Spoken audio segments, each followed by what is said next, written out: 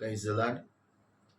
ప్రభునందు ప్రియమైన దేవుని పిల్లలకును విశ్వాసులందరికీ నా హృదయపూర్వకమైన వందనాలు తెలియజేస్తూ ఉన్నాను. నా పేరు సువార్త బాబు.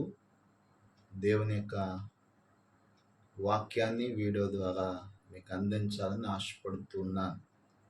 పరిశుద్ధ గ్రంథము నుంచి మార్కు సువార్త 9వ అధ్యాయము 23వ వచనాన్ని చదువుకుందాం. అందుకు యేసు, నమ్ముట నీ వలనైతే నమ్మువానికి సమస్తమును సాధ్యమే. దేవుని పిల్లలమనబడిన మనమందరము కూడా, రక్షణ పొందిన మనమందరము కూడా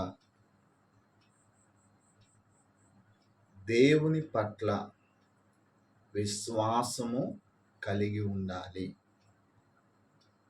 చక్కగా వాక్యం చెప్పబడుతూ ఉంది. నమ్ముతున్న వలనైతే నమ్మువానికి సమస్తమును సాధ్యమే. మనం ఎవరిని నమ్మాలి చెప్పండి? ఎవరిని నమ్మాలి?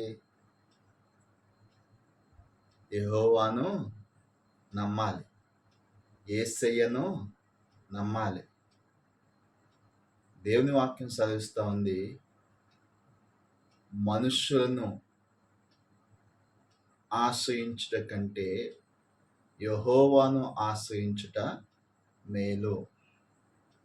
మనం ఎవరిని నమ్మాలి చెప్పండి? యేసు ప్రభుని మనము నమ్మాలి. నమ్మితే దేవుడు ఎలాంటి కార్యాలు చేస్తాడు?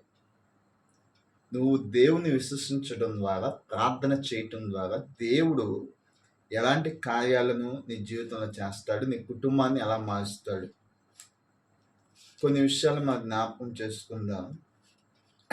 మార్కు సువార్త 2వ అధ్యాయము 1 నుండి కొన్ని వచనాలు చదువుకుందాం. కొన్ని దినములైన తర్వాత పిమ్మట ఆయన మరలా కపెర్నహూములోనికి వచ్చెను. ఆయన ఇంట ఉన్నాడని వినవచ్చినప్పుడు అనేకులు కూడి వచ్చేది గనుక వాకిటైనను వారికి స్థలము లేకపోయెను. ఆయన వారికి వాక్యము బోధించుండగా కొందరు పక్షవాయువు గల ఒక మనుషుని నలుగురి చేత మోయించుకొని ఆయన యొద్దకు తీసుకుని వచ్చాయి.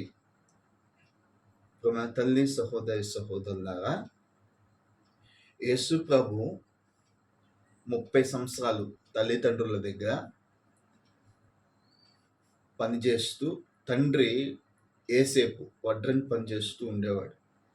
ఎంతో సహాయం చేస్తూ, తర్వాత బాప్తిస్మిచ్చు యోహాను ద్వారా బాప్తిస్మ పొంది 3.5 సంవత్సరాలు యేసుక్రీస్తు ప్రభు ఈ భూమి మీద సువార్త పరిచయం చేశాడు.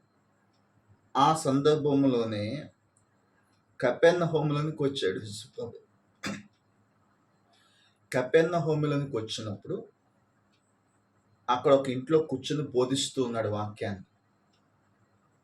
ఒక ఇంట్లో కూర్చుని యేసు ప్రభు వాక్యాన్ని బోధిస్తూ ఉన్నాడు. వాకిటైనను లోపలైనను బయట ఎక్కడ కూడా స్థలం అనేది లేదు, ఖాళీ లేదు. అందరూ కూడా ప్రజలందరూ కూడా గుమ్ముకూడి వచ్చి అక్కడ శ్రేష్టమైనటువంటి దేవుని మాటలను వింటూ ఉన్నారు. అయితే ఒక నలుగురు మనుషులు ఏం చేశారంటే, విశ్వాసంతో పక్షవాయు కలిగినటువంటి వ్యక్తిని మోసుకుని తీసుకొచ్చారు. ఆ నలుగురి విశ్వాసం ఎంత గొప్పది అంటే, ఆ నలుగురు మనుషులు తీసుకొచ్చి, ఖాళీ లేదు కదా ఇక్కడ పడేసి మనం వెళ్ళిపోదాంలే అని అనుకోలేదు. వారు ఎంతో కష్టపడి ఆ ఇంటి పైకెక్కి ఆ పైకప్పు కొద్దిగా తీసి యేసు ప్రభు ఎక్కడైతే కూర్చున్నాడో ఆ యొక్క స్థలం దగ్గరికి 4 పక్కల 4 తాళ్ళు వేసి ఆ మంచం మీద నుంచి తీసుకురాబడినటువంటి వ్యక్తిని, ఆ మంచంతో సహా ఆ పక్షవాయువు కలిగినటువంటి వ్యక్తిని యేసు ప్రభువు యొక్క ముందర తీసుకొచ్చి దింపారు. చాలా ప్రయాసపడ్డారు. కానీ వారి యొక్క విశ్వాసం ఏమిటి అంటే, ఈ రోగి చాలా కాలం నుండి బాధపడుతూ ఉన్నాడు. లేవలేనటువంటి స్థితిలో ఉన్నాడు. ఆదరించేవారు లేరు, ప్రేమించేవారు లేరు, పోషించేవారు లేరు. ఈ వ్యక్తి ఎలాగైనా యేసు ప్రభు దగ్గరికి చేరితే యేసు ప్రభు స్వస్థపరుస్తాడు అని చెప్పి గొప్ప విశ్వాసము ఆ నలుగురు కలిగి ఆ వ్యక్తిని తీసుకొచ్చిన వ్యక్తిని అక్కడే ఆ బయటే వదిలేయకుండా లోపలికి యేసు ప్రభు దగ్గరికి చేర్చారు.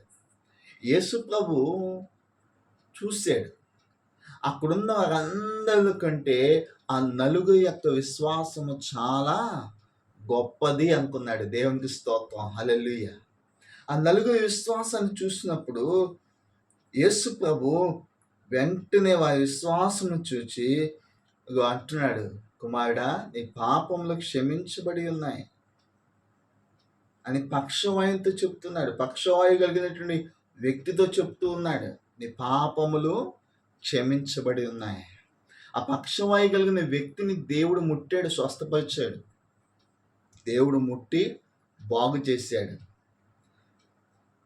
ఆ నలుగురి యొక్క విశ్వాసము వలన ఒక వ్యక్తి రోగము నుండి విడిపించబడ్డాడు, స్వస్థత పొందుకున్నాడు, దేవుని కార్యాలను చూశాడు. అక్కడున్న శాస్త్రులు, పరిసయ్యులు, సద్దుకీయులు అంటారు, ఈయన దేవదూషణ చేయుచున్నాడు అని దేవుని పైన నిందలేస్తున్నారు. కానీ దేవుడు వాటిని పట్టించుకోలేదు. కానీ ఆ రోగిని స్వస్థపరిచాడు.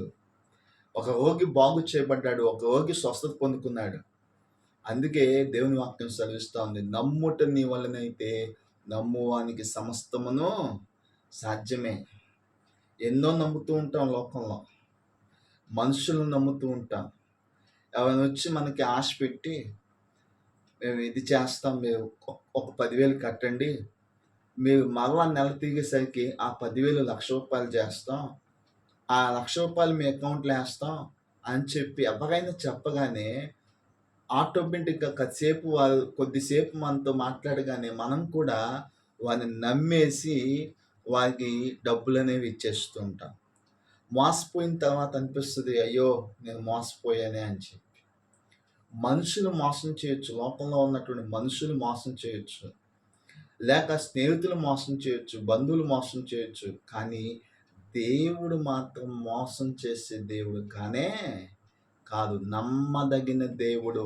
ఎందుకంటున్నాడు, నమ్ముట నీ వలనైతే నమ్మువానికి సమస్తమును సాధ్యమే. ఏం నమ్ముచున్నావు? దేవుని నమ్ము, లోకాశలు కాదు. దేవునికి మనసు లోకాశలకు కాదు. ఆ నలుగురి విశ్వాసమును దేవుడు చూచి ఎంతో ఆశ్చర్యపడ్డాడు. ఆ నలుగురి విశ్వాసము దేవుని యొక్క కార్యాలని జరిగించింది.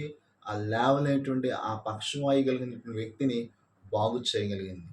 రోజు ప్రేమ తల్లి, సహోదరి, సహోదరులాగా నీ కుటుంబం దీవించబడాలి, నీ కుటుంబం చక్కగా మంచిగా ఆరోగ్యంతో ఉండాలి, నీ భర్త, నీ భార్య లేక నీ పిల్లలు సంతోషంగా ఉండాలి అంటే నువ్వు చేయవలసిన పని ఏంటో తెలుసా? దేవునికి చోటు ఇవ్వాలి. దేవునికి చోటు ఇవ్వాలి. అప్పుడు దేవుడు నీ కుటుంబాన్ని దీవిస్తాడు. దేవుడు కొద్ది మాటలు దీవించును గాక. ఆమేన్.